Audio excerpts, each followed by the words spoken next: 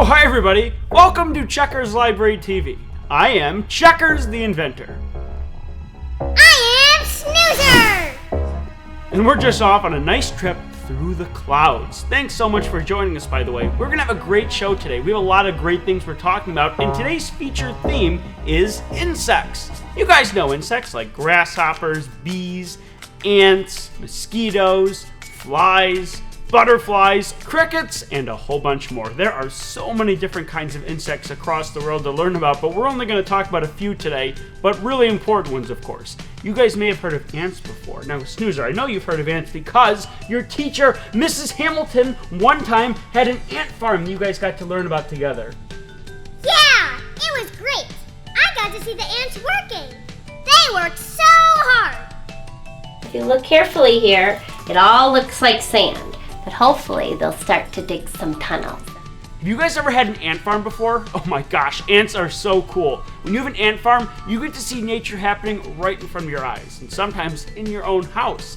Ants are great because they're really small, but they work really hard together, and they accomplish pretty amazing things despite their size. So when you have an ant farm, you learn more about ants. You can learn about bees. Bees are a great thing to learn about. We're going to talk about them a little bit later. But there might be other insects you want to learn about. And one of the best ways to learn about insects is to be reading books. So I'm going to bring out my friend, Zot the Robot. Hey, Zot, do you have any good books for us about different kinds of insects? Zot the Robot at your service. Today's selections are The Very Hungry Caterpillar by Eric Carle, Bugs, a kid's book about bugs and insects by Jenny River, The Backyard Bug, a book for kids by Lauren Davidson, Do You Know About Insects by Buffy Silverman, Some Books About Insects, Goodbye. Thanks, Zot. Well, there you go. You can check those books out at the library this week. If you can't find an exact book that we talked about, don't worry. Your librarian can help you out and find other books that are like these and maybe a little bit different, but are going to teach you great new stuff about insects. So, those are some books. We've got a great show for you guys today. We've got Snoozer telling the joke of the week. We've got the question of the week. We've got Snoozer's teacher, Mrs. Hamilton, coming on, and she's going to do an art project with you, and she's going to read a book to you. We've also got Dr. Dan coming on to give you guys the healthy tip this week, and a whole bunch more. So stay tuned for all the cool things we're doing right here on Checkers Library TV. Did you know? Bees have 5 eyes and 6 legs. A single bee will gather just 1/12 of a teaspoon of honey in its lifetime. Many bees would have to travel 55,000 miles to produce just 1 pound of honey. To get that 1 pound of honey, those bees need to gather nectar from 2 million flowers. The library has tons of books about bees.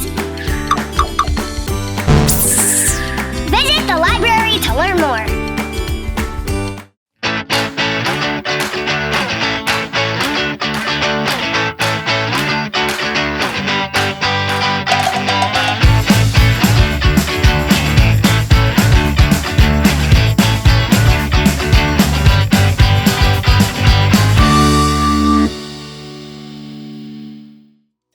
Hello and welcome to Let's Get to Know, the part of the show where we go out into the community. We meet some really cool people and we tell you more about them. And today we're meeting a really special guest. We've been talking about bees this show, and we are meeting with someone named Erin the beekeeper. So Erin's going to be a great guest that we are getting to know, and we might learn a lot more about bees and honey, and that's going to be great. So we're going to hop in the Checkers van and go for a little road trip. We'll see you in a jiff.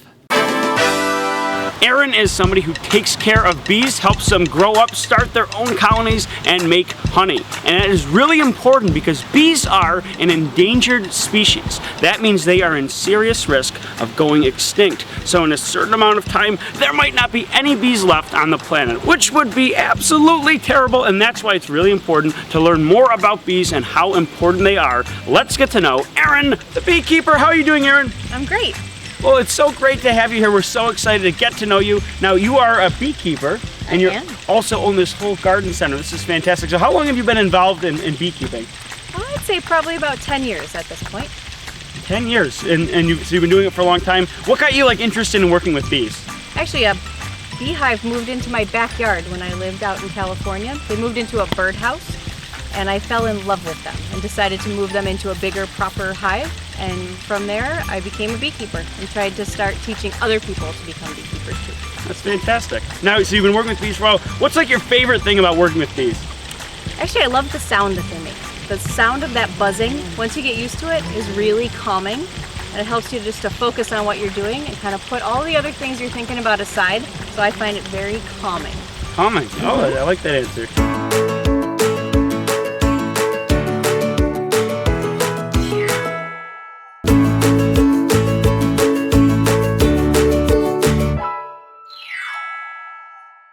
So is there something a lot of kids or people don't understand about bees? Something really interesting? I think the biggest thing is that honeybees are not aggressive, and they generally don't sting you. For the most part, if you've been stung by something, it was not a honeybee.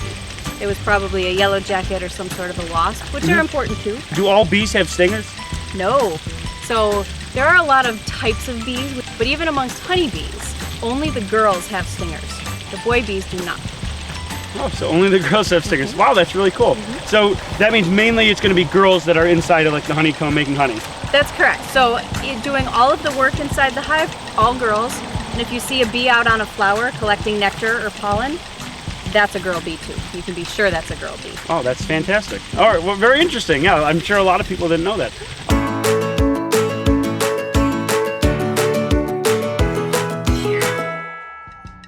What is one thing that kids could do if they want to help out the bee population? The first thing is to just plant flowers. Plant lots of flowers. Even if you have a tiny little patio, plant a pot of flowers. That's the best thing that you can do because flowers are just bee food, so you're feeding the bees. The second best thing you can do is buy honey from a local beekeeper. If you've never tried real honey from a beekeeper, you should do that because it tastes so much better than what you would buy at the grocery store. So when you do that, you're supporting your local beekeeper, and then she can take better care of her bees. Oh, well, thank you. That's great. So planting flowers now, the bees are using that flower, to make the honey. They are. So bees collect two main things from flowers. First is nectar, which is the liquid part of the flower. That's what turns into honey in the hive. The other thing they collect is pollen. So if you ever watch a bee on a flower, look and see what she's doing. If you see her putting her nose down into a flower, she's probably collecting nectar, kind of sucking it up like a butterfly does. If she's using her legs to grab little grains of yellow or white stuff and packing it into pouches on the back of her legs, she's collecting pollen. And pollen is their protein source, so a bee will collect both. And that's my best tip if you're afraid of bees. Next time you see a bee on a flower, just watch for a minute and see if you can figure out if she's collecting nectar with her tongue or pollen with her feet. By the time you figure that out, chances are good that you've decided that bee is not so scary. Oh, that's great. So we don't have to be afraid of bees. They're doing a lot of good stuff for us, and if you watch carefully, they're helping out our environment. They're collecting pollen and nectar, and they're making us honey. So that's really interesting. All right, well, Erin, we do have some fast questions for you now. Are you ready? Ready. All right, 7 quick questions. First question, what's your favorite animal? Dogs. All right. Favorite place to go out and read? Under a shade tree in my backyard. All right. What is your favorite movie? Oh, Goonies. Oh, The Goonies. All right.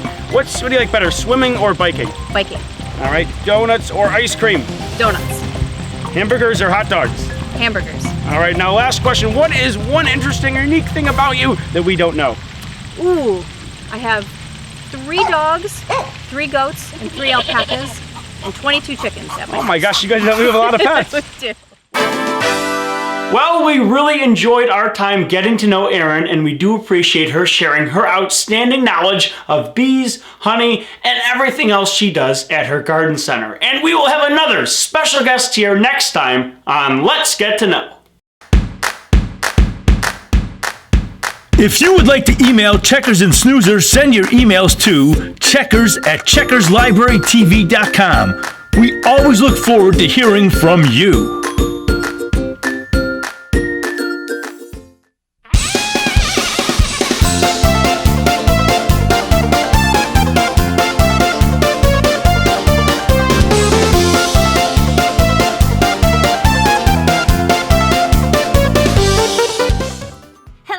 boys and girls, Mrs. Hamilton here. I'm going to be reading you a couple stories from this book. It is written by a man named Aesop, who was a poor man from Greece.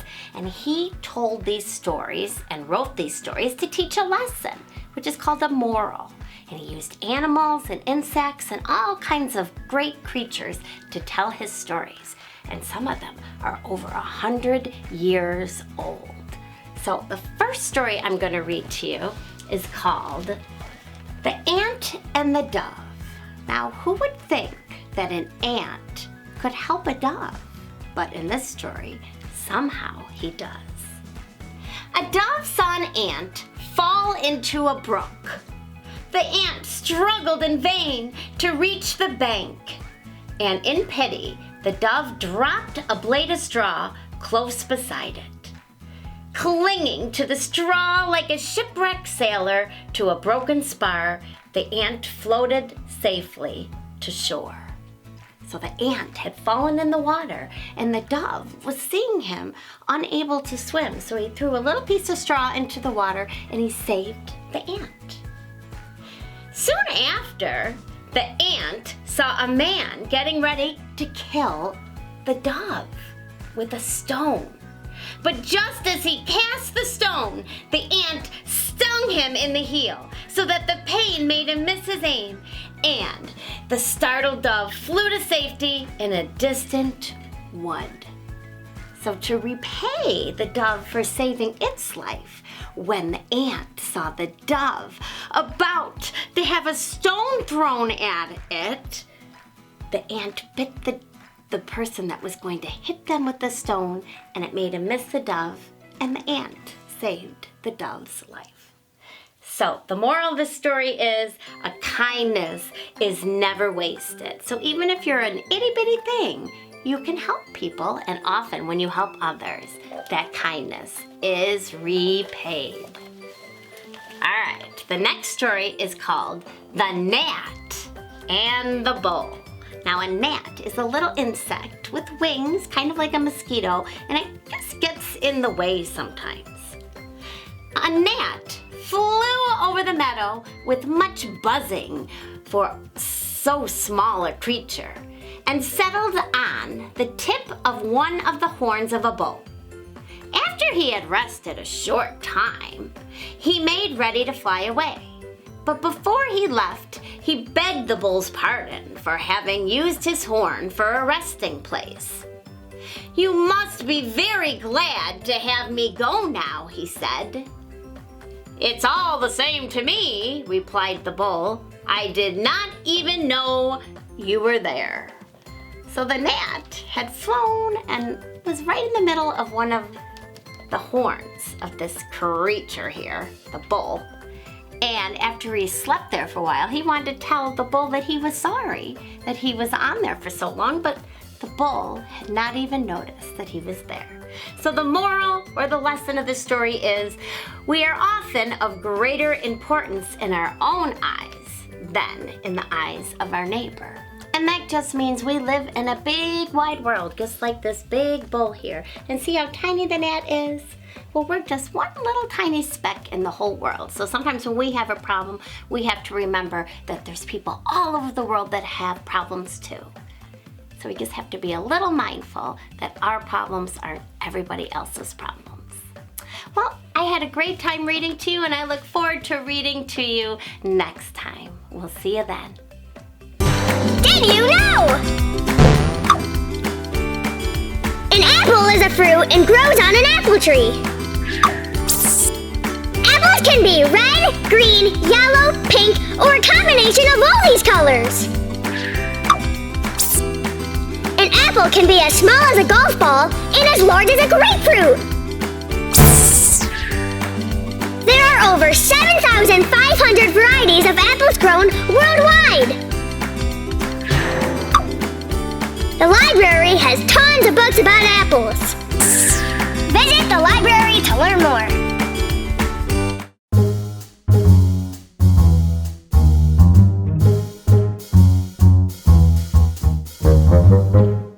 Hey everyone, it's Dr. Dan, and today I want to talk about apples. Now you might have heard the phrase before, an apple a day keeps the doctor away. Now that phrase is a little bit true because apples are super nutritious and super healthy. Now apples contain all kinds of vitamins and minerals, things our body needs throughout the day to give us energy, to run and play and study and do all the things we do throughout the day. We need nutrients, and apples are loaded with them. Now another great thing that apples have a lot of is called fiber. Fiber is a substance our body uses to keep everything moving, our stomach and our intestines, and to use all the great nutrients, the fruits, the vegetables, the grains, the meats we eat throughout the day to turn them into energy that we can use throughout the day. So everyone, if we want lots of energy for our brain in our body throughout the day, make sure we're always eating foods like apples that have lots of vitamins, nutrients, fibers, and other great things that give us all that wonderful energy. And don't forget everyone, an apple a day keeps the doctor away. And now, the question of the week. How high can you jump?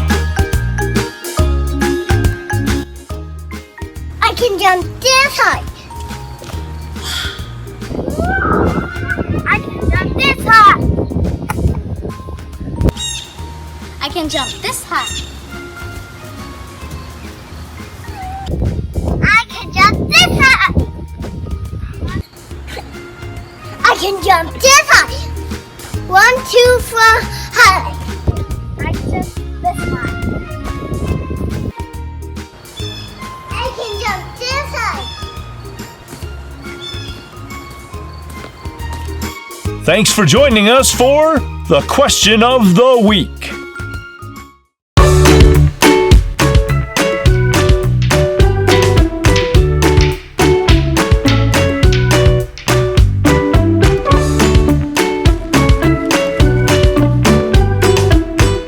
Welcome back to Science Time, the part of the show where we do science. And today is going to be great because we're talking about acids and bases. Now, acids and bases are opposites. Both of them break things down and they cause chemical reactions, but they are different in many ways. They're two opposites, and we're going to talk about how they act differently and what they do when we bring them together. Now, for now, you might learn about acids and bases when you're older, but for now, we're going to talk about them in a very simple way. There are strong acids and there are strong bases, and then there are weak acids and weak bases. So an example of a strong acid would be hydrochloric acid, and where you find that is in your stomach. It helps break down the food that we eat. Where you would find another strong base would be in drain cleaner. So if you've ever seen drain cleaner, that's an example of a strong base.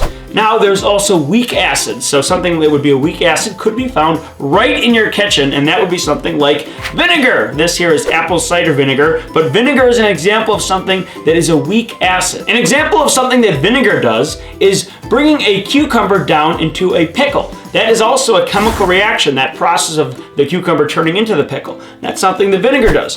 Vinegar can also be used for things such as cleaning a shower drain, cleaning a microwave, or cleaning a coffee maker. An example of a weak base would be something like baking soda. Now, baking soda can be used for things like cleaning, helping food last longer in the refrigerator. It can be used in the pool to keep the pool clean, or it can be used while you're cooking. If you think about something like pancakes, when you add baking soda to it, that creates the reaction that allows the pancake to rise up and become fluffier. So baking soda is used for cooking. Now, baking powder is a little similar because it has the same weak base as the baking soda, but it has two acids inside of it. And that means all you have to do is add water to create a chemical reaction with baking powder. But today, what we're going to be doing is combining baking soda with our vinegar, which is the weak acid and the weak base together to create a chemical reaction. Alrighty, well, we are going to put in just a quarter of a cup here of this vinegar. And the next thing we're going to do is add in the baking soda. So here is just a very simple tablespoon, and then here is our baking soda. So we're going to make sure we don't make too much of a mess. All right, well, we made a little mess, but here it is. All right, that's actually a little bit extra. Let's see what happens here when we put the baking soda into the vinegar. Whoa! Wow! Look at that, it just bubbles up to the top.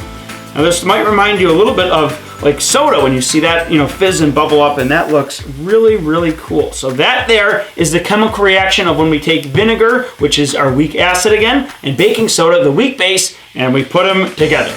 So what we saw there was the carbon dioxide expanding, and that was what made it look kind of like soda as it rose to the top of our container here. But now what we're gonna do is try to capture that carbon dioxide that was inside of here, and we're gonna see what happens when we do it a little bit different. So we're gonna actually use a few different things for this part of the experiment, which starts with a funnel, and that is this. And what this is going to allow us to do is take baking soda and put it into a balloon. And then we're going to take that baking soda and put it into this cup, which in a second will have our vinegar in it. So let's just add a little bit more vinegar to this balloon. Oh boy, let's get that in there. All right, that looks good. So there's our vinegar. And now what we're going to do is place the balloon underneath the funnel. And there is that. And now I'm going to take the baking soda and start putting it into the balloon. All right, well that is looking pretty good. So we've got our balloon and we have our vinegar. Now what we're going to do is put them together. So we're making the chemical reaction we made before, but now we're capturing the carbon dioxide. And we can see some of the baking soda has been traveling through the air. So let's get that on here. It's getting a little bit dusty in here. All right, ready? 1, 2, 3. Here we go. We almost lost it.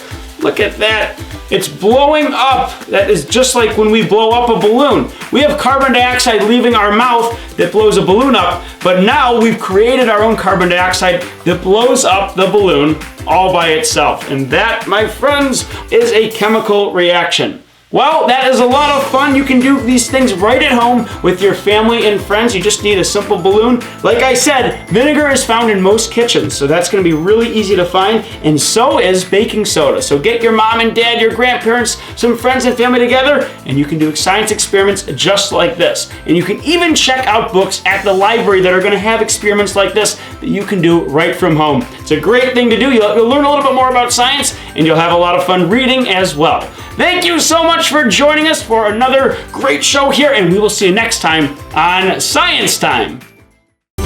Did you know? There are more than 12,000 species of ants all over the world. An ant can lift 20 times its own body weight. That would be like you being able to lift a car. Some queen ants can live for many years and have millions of babies. Ants don't have lungs. They can breathe through tiny holes in their bodies. The library has tons of books about ants. Visit the library to learn more.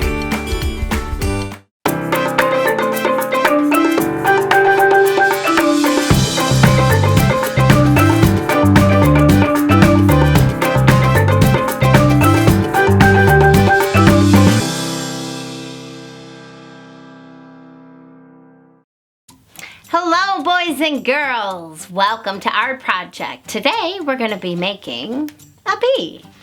So you should have these two sheets. It's called Make and Take a Bee.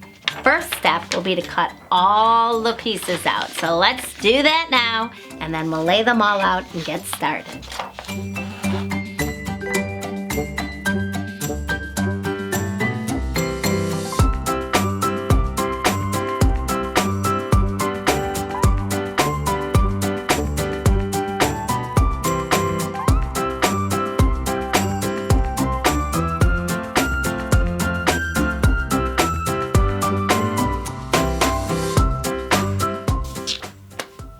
I think we're ready to get started. So why don't we start with the head. The head is gonna go right on the side, right like that. So you're gonna need a little glue. Put a little glue on the side. and add a head. I always hold it down and count to 5, then I know it's on there very well. And I think the next step we're gonna do is to add the stripe. So let's start with the back side. I'll put a little glue all around the edge. I always try and get the edges. And that is gonna go right onto the bee's backside. Right where that stinger usually is. 1. And then this is gonna go right about in the middle. So we are gonna rest it against the bottom. There's gonna be a little space there, but that is where the wings are going. So again, try and get all along the outside, not just sticking the glue in the middle. And place it right about there in the middle. Try and match it up, line it up on the bottom. Okay, give it a good count to 5. And now it's time for the wings. Okay, just put a little glue across the stripe and then you can add those wings. Put them together, count to 5. Almost done. We got the little eyes and we have the antenna, which makes your insect complete. A bee is an insect, so it always has antenna. Now what I do is for the eyes, I just stick them in there. 2 antenna, sometimes wings, 3 body parts. We're only seeing 2 here. All right, think I'm ready to roll. A little glue across the top. Place them on there. 1, 2, 3, 4, 5, and to finish it off, let's add a smile. Voila. You made it. Now you can take it anywhere you like. Hang it up or just play along with it. Well, that's it for our project. I'll see you next time. And now it's time for The joke of the week.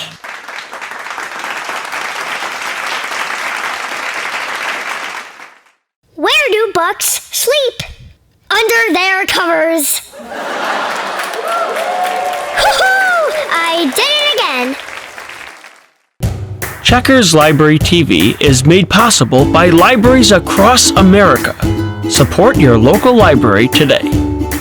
Well, thank you so much for joining us today on Checkers Library TV. We hope you learned some great information, and we hope you are excited to go to the library and check out some books about insects. We've got some awesome stuff coming for you this summer, and we are so thrilled to be talking about it. That's right, next week starts our new show, The Reading Road Trip, where Snoozer and I are going to be traveling around to amazing animal locations. We are learning about all sorts of animals from all across the world. We're going to be meeting them, we're going to be reading books about them, talking about them, and a whole bunch of other adventures we're going to go on right in our Checkers van. And we hope you guys join us for that. Like I said, 12 episodes starting next week, rolling out all summer long. So stay tuned for that. It's going to be a lot of fun, and we hope you're there with us. Well, thanks for joining us today, and we'll see you next time right here on Checkers Library TV.